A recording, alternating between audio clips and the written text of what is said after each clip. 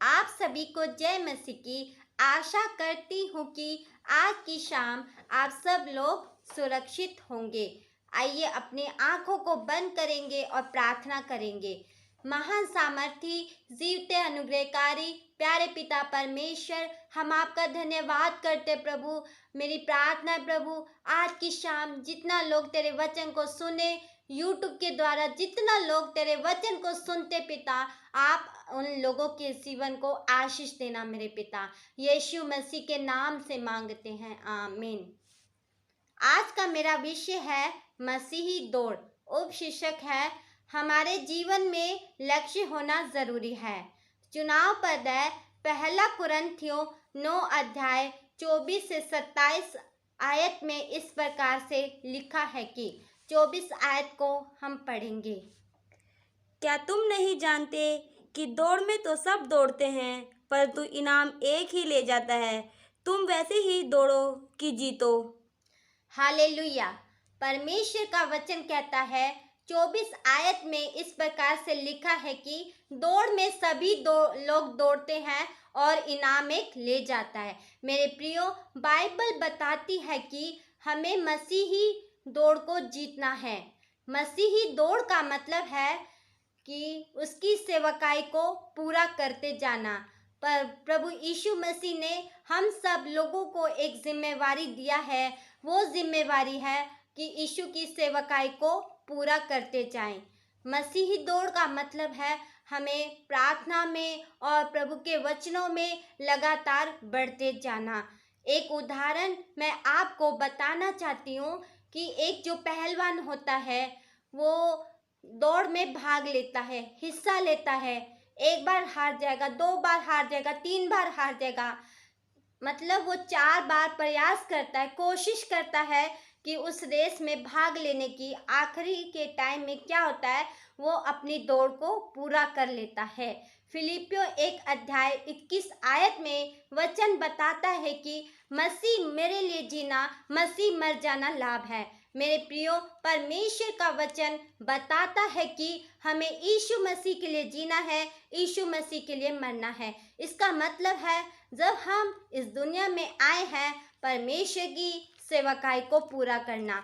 हमारे जीवन में सताव आएंगे, बहुत सी परेशानी आएंगी, बहुत सी तकलीफें आएंगी। हमें अपनी सेवकाई से कभी पीछे नहीं हटना। यिर्मयाह 29 का 11 आयत में वचन इस प्रकार से लिखा है कि जो कल्पनाएं मैं तुम्हारे विषय करता हूँ वे हानि की नहीं वरन कुशल की हैं और लाभ की है। अंत में तुम्हारी आशा पूरी करूँगा। परमेश्वर का वचन बताता है कि एक ऐसा समय आएगा परमेश्वर के लिए जब हम अपने कदम को बढ़ाएंगे, परमेश्वर हमारे लिए दुगना ब्लेसिंग को देंगे। हमें अपने जीवन में अपने लक्ष्य से कभी पीछे नहीं हटना। चाहे हमारे जीवन में दुख आए, तकलीफें आए, परेशानी आए, पौलुस बताता है कि हमें अपने लक्ष्य में आगे बढ़ते जाना है। हमें अपने लक्ष्य से कभी पीछे नहीं हटना। मेरे प्रियो, आज की शाम मैं आपको उत्साहित करना चाहती हूँ। जब हमने मसीह दौड़ में सेवकाई में भाग लिया है, हिस्सा लिया है, परमेश्वर की सेवकाई से कभी पीछे ना हटे। चाहे हमारे जीवन में दुख आए, परेशानी आए, तकलीफें आए, हमें यीशु मसीह की सेवकाई को पूरा करते जाना है। जब हम परमेश्वर के लिए काम करेंगे, परमेश्वर हमारे जीवनों में बहुत ऐसे आशीष देंगे, क्योंकि परमेश्वर ने हम सब के लिए एक अच्छा योजना को बनाया है। एक अच्छे प्लान्स को परमेश्वर ने हमारे लिए पहले से बनाए रखा है। हमें चिंता नहीं करना। अगर हमारे जीवन में लक्ष्य नहीं है तो हम लक्ष्य के बिना अधूरे हैं। अगर हमारे जीवन में कोई मंजिल नहीं है, कोई रास्ता ही नहीं है, तो हमें आज परमेश्वर से प्रार्थना करना है। जब हम परमेश्वर से प्रार्थना करते हैं, परमेश्वर हमें एक मंजिल को दिखाता है, हमारे लिए रास्ते को खोलता है। जो हमारे सारे रास्ते बंद हो चुके हैं, परमेश्वर हमारे लिए उत्तम से उत्तम मार्गों को खोलता है। हालेलुया। 25 आयत में इस प्रकार से लिखा है कि हर एक पहलवान सब प्रकार का संयम रखता है। वह तो एक मुरझाने वाले मुकुट को पाने के लिए यह सब करते हैं, परंतु हम तो उस मुकुट के लिए करते हैं जो मुरझाने का नहीं। परमेश्वर का वचन कहता है हमारे जीवन में संयम होना ज़रूरी है। जब हमारे जीवन में संयम होगा, परमेश्वर हमारे जीवन में बहुत ऐसे आशीष देंगे। हमें कभी उतावलीपन नहीं करना, हमें कभी जल्दबाजी नहीं करना, हमें मुरझाना नहीं है। हमारे जीवन में कांटे आएंगे, बहुत से दुख आएंगे, उसको कभी देखकर हमें पीछे नहीं हटना। जब हम पीछे हटते हैं, हमारे जीवन में बहुत सी परेशानियां आती हैं, बहुत से सताव आते हैं।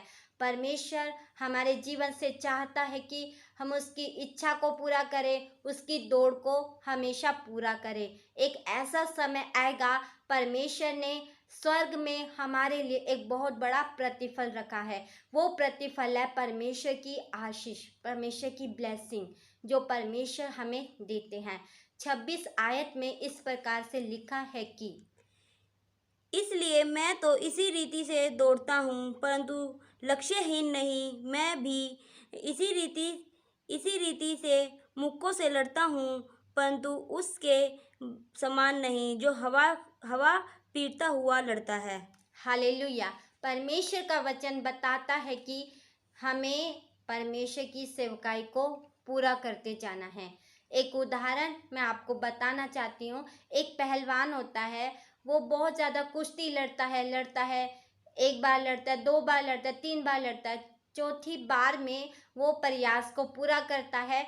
वो क्या है, मतलब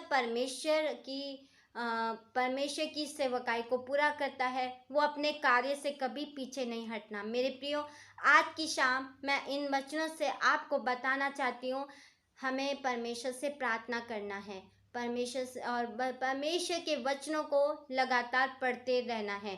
27 आयत में इस प्रकार से लिखा है कि परंतु मैं अपनी देह को मारता कूटता और वश में लाता हूँ, ऐसा न हो कि औरों को प्रचार करके मैं अपने आप ही किसी रीति से निकम्मा ठहरूं। हालेलुया। परमेश्वर का वचन सुंदर तरीके से कहता है। 27 आयत में लिखा है, इस आयत को फिर से पढ़ेंगे। परंतु मैं अपनी देह को मारता कूटता और वश में लाता हूँ, ऐसा न हो कि औरों को प्रचार करके मैं आप ही किसी रीति से निकम्मा ठहरूं। बाइबल बताती है कि हमें अपने जीवन में हर एक बातों को खुद भी लागू करना है, और लागू करने से पहले दूसरों को भी सिखाना है। हमें अपने जीवन को बदलना है। जिस प्रकार पौलुस ने अपने जीवन को बदला और वो परमेश्वर का दास बहुताय से क्या प्रभु की सेवकाई में इस्तेमाल हुआ, वो पौलुस जो था, पौलुस के जीवन से मैं आपको कुछ बातें बताना चाहती हूँ कि पौलुस के जीवन में क्या था। पौलुस एक अन्य जाति लोगों को सताया करता था, लोगों को परेशान करता था।